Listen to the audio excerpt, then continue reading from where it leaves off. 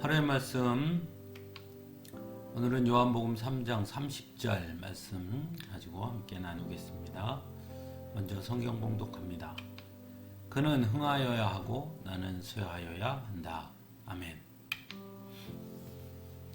세례 요한은 성경에 등장하는 인물들 중에서도 매우 독특한 인물입니다. 낙타 털옷을 입고 들판에서 메뚜기나 들꿀 같은 것을 먹었으며 그 누구의 눈치도 보지 않고 언제나 거침없이 회개하라 라고 강하게 외치던 사람이었습니다. 회개하라는 말은 한마디로 돌아서라는 뜻이지요. 그것은 곧 지금까지의 모든 것들이 잘못되었다라는 것을 의미한다고도 할 수 있습니다. 그래서 다른 말로 하면 돌이키라는 말이기도 하고 다시 고쳐야 한다라는 말이기도 합니다. 그만큼 세례 요한은 지금 현실이 매우 위험한 상황이라고 말하고 있는 것입니다. 그러므로 빨리 돌이켜서 돌아서서 개혁해야 한다고 말하고 있는 것이죠. 세례 요한은 긴박한 위험을 느끼고 있는 것입니다. 그래서 세례 요한의 회개하라 라는 외침은 경고의 외침이라 할 수 있습니다. 하지만 세례 요한의 한계는 거기까지입니다.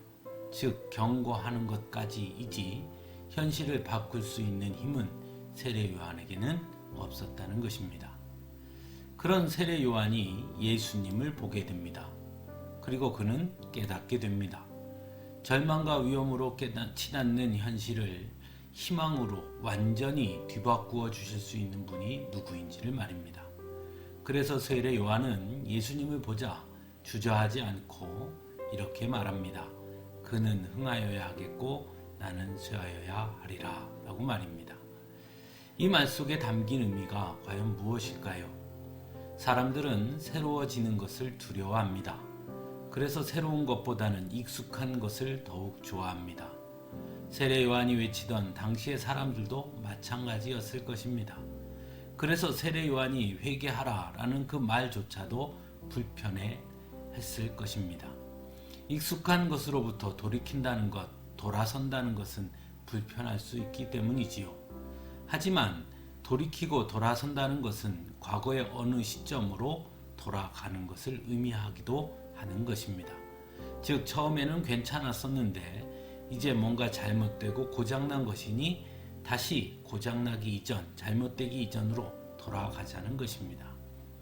하지만 예수님은 달랐습니다. 그리고 세례 요한은 그것을 알았습니다. 그래서 나는 쇠하여야 하겠고 그는 흥하여야 한다고 말하고 있는 것입니다. 대림절을 기다리면서 우리는 세례 요한이 의미하는 과거와 예수님이 의미하는 새로움을 함께 음미해 볼 수 있어야 합니다. 쇠하는 것, 흥하는 것, 우리 삶에서 묵은 것, 습관적인 것, 파괴적인 것은 쇠해야 합니다.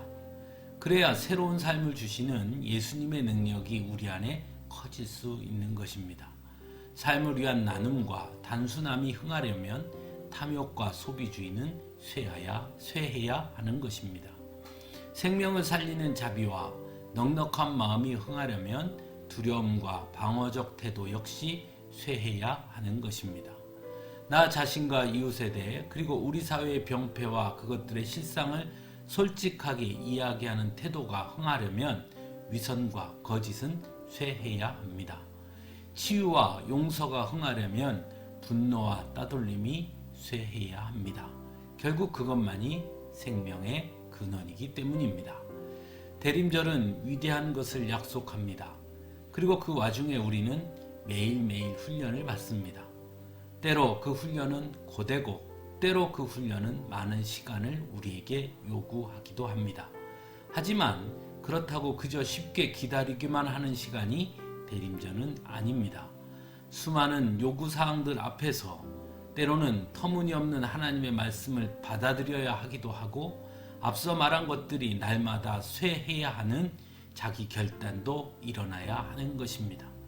단순히 고쳐 쓰는 것이 아니라 완전히 달라져야 하는 것이기 때문입니다.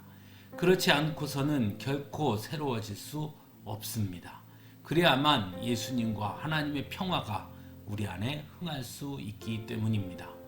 사랑하는 성도 여러분, 대림절 우리가 기대하는 것은 조금 나아지거나 다시 고쳐지는 것이 아니라 완전한 새로움임을 기억할 수 있기를 바랍니다. 우리 주님은 우리를 완전히 새롭게 하시는 분이라는 것을 기억할 수 있기를 간절히 바랍니다. 함께 기도하겠습니다.